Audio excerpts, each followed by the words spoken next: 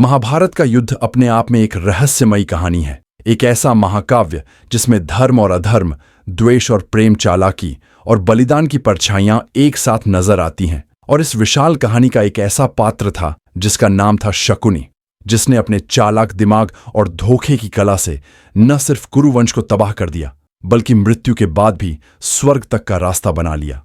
शकुनी वही था जिसने दुर्योधन के कान भरे, उसकी छिपी महत्वाकांक्षाओं को जागृत किया, जिसने पासे के खेल में पांडवों को इस तरह हराया कि उनकी हार ने इतिहास बदल दिया, और जिसके कारण द्रौपदी का अपमान हुआ, वह अपमान जिसने महाभारत की आग को भड़काया। लेकिन सवाल यह है कि शकुनी ने ऐसा क्यों किया? क्या उसका मकसद सिर्फ बदला लेना था या इसके पीछे कोई और गहरा राज था? और सबसे बड़ा सवाल, इतने पाप करने के बाद भी उसे स्वर्ग कैसे मिला? मैं आपको एक ऐसी अनसुनी कहानी सुनाने जा रहा हूं जो महाभारत के पन्नों में छिपी है। यह कहानी शुरू होती है गांधार से, उस राज्य से जो आज के अफगानिस्तान का कंधार माना जाता है। कहते हैं कि गांधार नरेश एक छोटे से राज्य का राजा था। उसी राज्य की बेटी थी गांधारी।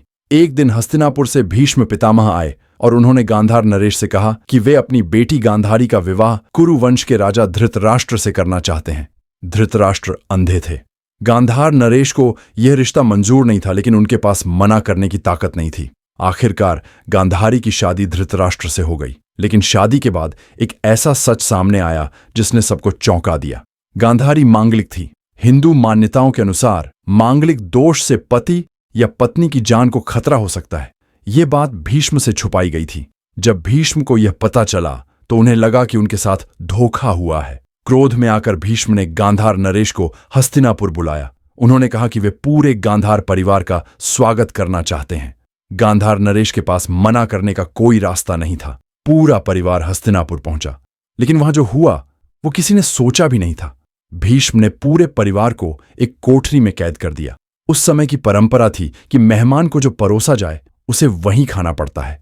भीष्म ने हर दिन सिर्फ एक मुट्ठी चावल देने का फैसला किया, पूरे परिवार के लिए। एक मुट्ठी चावल में एक एक दाना बंटता था। धीरे धीरे लोग भूख से मरने लगे। जब सिर्फ गांधार नरेश और उनका बेटा शकुनी बचे तो परिवार ने फैसला किया कि सारी उम्मीद अब शकुनी पर है। गांधार नरेश ने शकुनी को पास बुलाया और कहा, मैं तुम्हें एक आखिरी तोहफा देना चाहता हूं। फिर उन्होंने अपनी सारी ताकत से शकुनी के घुटने पर लात मारी और उसका घुटना तोड़ दिया। शकुनी दर्द से चीख उठा, पिता, आपने यह क्या किया? गांधार नरेश ने कहा, तुम भूलने वाले हो। यह टूटा घुटना तुम्हें हर कदम पर याद दिलाएगा कि कुरुवंश ने हमारे साथ क्या किया। और एक आखिरी बात, जब मैं मर जाऊं तो मेरी हड्डियों से पासे बनाना। ये पासे हमेशा वही संख्या देंगे जो तुम चाहोगे। इसके बाद गांधार नरेश की मृत्यु हो गई। शकुनी ने वैसा ही किया। उसने अपने पिता की हड्डियों से पासे बनाए। यही पासे थे जिन्होंने महाभारत की पूरी कहानी बदल दी। इन पासों के दम पर शकुनी ने पांडवों को हराया, द्रौपदी का अपमान करवाया और कुरुवंश को तबाही की ओर ले गया।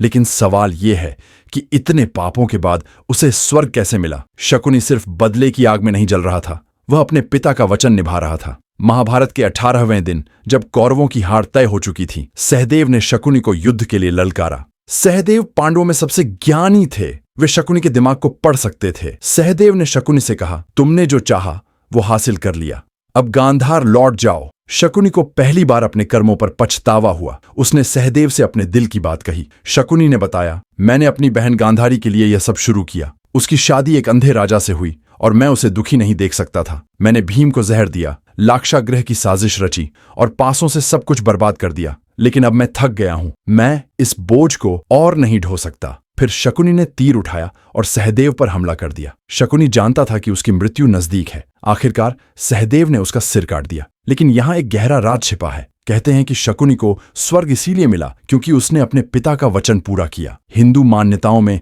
माता पिता की आज्ञा का पालन करना सबसे बड़ा धर्म माना जाता है। शकुनी ने अपने पिता की इच्छा को पूरा करने के लिए सब कुछ दांव पर लगा दिया। उसके पाप भले ही अनगिनत थे, लेकिन उसकी निष्ठा ने उसे मोक्ष दिलाया। यह वही शकुनी था जिसने अपने चालाक पासों से महाभारत को जन्म दिया। कहते हैं कि मृत्यु के बाद जब यमराज ने उससे पूछा, तुमने इतने पाप क्यों किए? तो शकुनी ने कहा, मैंने अपने परिवार के लिए किया और मैं अपने वचन का गुलाम था। यमराज ने उसकी यह बात सुनी और उसे स्वर्ग का रास्ता दिखाया। क्या शकुनी सचमुच खलनायक था या एक ऐसा बेटा जो अपने पिता के लिए सब कुछ कुर्बान कर गया?